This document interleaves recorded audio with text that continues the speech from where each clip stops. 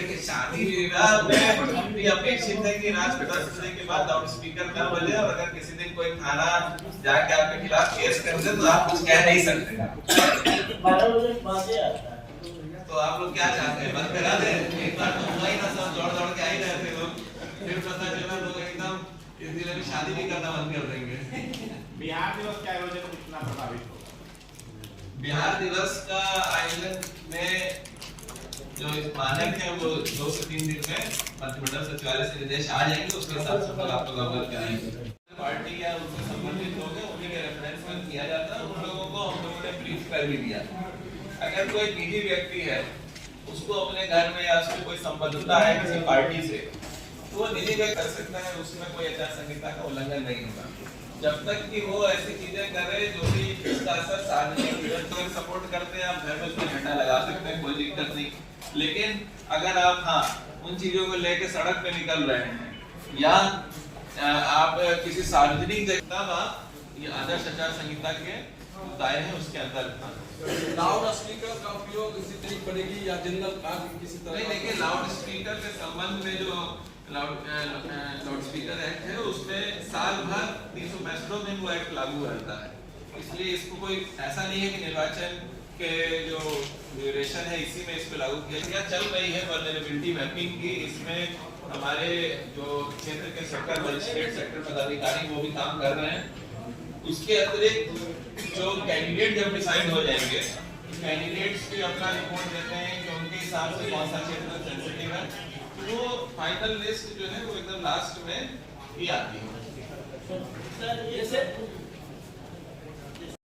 लेना पड़ेगा होली मिलन समारोह जैसे कहाँ करना चाहते हैं इस पे डिपेंड करेगा, आप अपने घर में कर लीजिए, कोई दिक्कत नहीं है।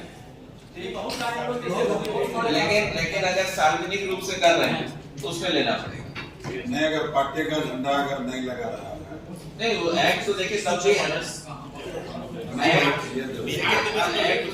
मेला मान लीजिए आप लोग। छत्तीसगढ़ की तैयारियां है जिला में। दिनांक 16 मार्च 2024 को भारत निर्वाचन आयोग के द्वारा आसन्न लोकसभा निर्वाचन 2024 के संदर्भ में प्रेस रिलीज जारी किया गया है, जिसमें बेगूसराय जिले में चौथे चरण में दिनांक 13 मई को निर्वाचन प्रस्तावित है। नाम इस निर्वाचन के लिए अधिसूचना 18 अप्रैल को जारी होगी। इसमें नामांकन उस दिन से शुरू हो जाएंगे। नामांकन लेने की अंतिम तिथि 25 अप्रैल रहेगी, समीक्षा 26 अप्रैल को की जाएगी और नामांकन वापसी की अंतिम तिथि 29 अप्रैल रहेगी। यानी 29 अप्रैल को जो भी कैंडिडेट्स हैं उनके सूची, उनके सिंबल्स ये फाइनल हो जाएंगे। मतदान जैसा बताया गया 13 मई को होगा और काउंटिंग पूरे देश में एक साथ 4 जून को होगी।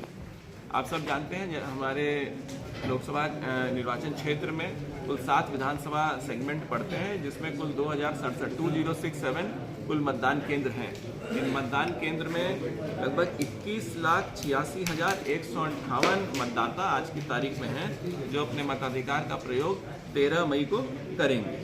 इनमें 11,49,405 पुरुष और 10,36,694 महिलाएं हैं और 59 जो थर्ड जेंडर उनके मतदाता हैं।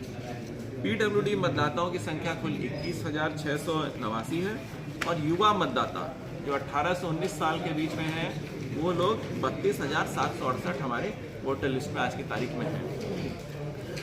जैसे ही प्रेस रिलीज हुआ उसके बाद से आदर्श आचार संहिता जिले में लागू हो गई है और किसी भी तरीके के जो कार्यक्रम हैं उनमें परमिशन लेने के पश्चात ही कार्यक्रम पॉलिटिकल पार्टीज को करने हैं। धारा 144 भी पूरे जिले के अंदर लागू कर दी गई है, जिसमें किसी भी तरीके के जुलूस, शोभा यात्रा या कोई रैली, सभा करनी है तो वो सक्षम प्राधिकार से अनुमति के पश्चात ही होगी।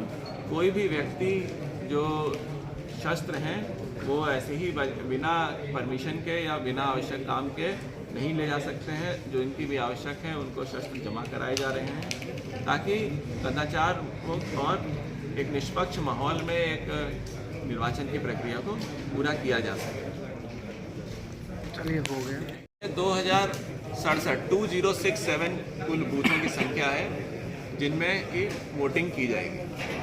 प्रशासनिक स्तर पर सारी तैयारियां पूरी कर ली गई। देखिए प्रशासनिक स्तर पर इसमें लगभग 6 महीने पहले से तैयारियां शुरू कर दी गई थी। नवंबर और दिसंबर के महीने में वोटर लिस्ट का काम किया गया था, जिसमें आप सब लोगों को उसमें भी बताया गया था, और 22 तारीख को हम लोगों की वोटर लिस्ट फाइनल प्रकाशित हुई थी। उसके बाद भी जिन लोगों के नाम छूटे हुए थे उनके नाम जोड़े गए हैं, और नाम जोड़ने की प्रक्रिया जो नामांकन की अंतिम तिथि है उसके 10 दिन पूर्व तक हम लोग सारे नाम जो आएंगे उनको जोड़ेंगे। वे भी वोट दे सकेंगे सर?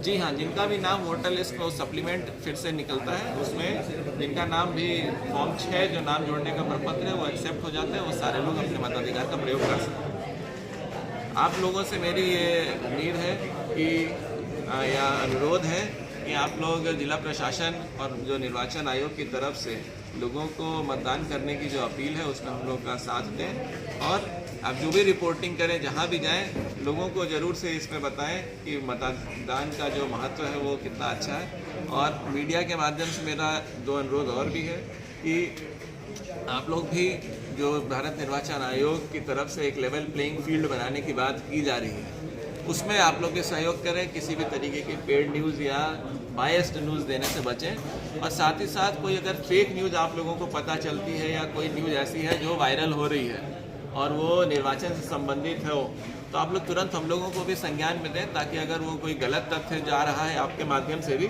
तो उसको हम लोगों को रोकने में हम लोग की मदद कर सकें। कई जगह अभी भी होर्डिंग सर लगा हुआ है। देखिए, होर्डिंग के संबंध में जो निर्देश है, 24 घंटे में सभी सरकारी परिसर में, 48 घंटे में हम लोगों को सभी सार्वजनिक जगहों पे, और 72 घंटे में जो भी निजी स्थान है वहाँ पर किया गया। अभी हम लोगों ने पॉलिटिकल पार्टीज के साथ भी बैठक की और उन लोग से भी अनुरोध किया है कि जो समय निर्धारित है उसके अंदर कर लें, अन्यथा फिर जो मॉडल कोड ऑफ कंडक्ट का जो वायलेशन है उसके संबंध में, या डिफेसमेंट ऑफ पब्लिक प्रॉपर्टी का जो एक्ट है उसके संबंध में जो कार्रवाई है उसमें हम लोग करेंगे।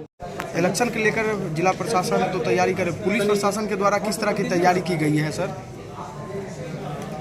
शांतिपूर्ण निष्पक्ष चुनाव कराने के लिए सभी मुकम्मल व्यवस्थाएं की जा रही हैं। जैसा कि डीएम साहब ने बताया, इसकी तैयारी पूर्व से चल रही थी।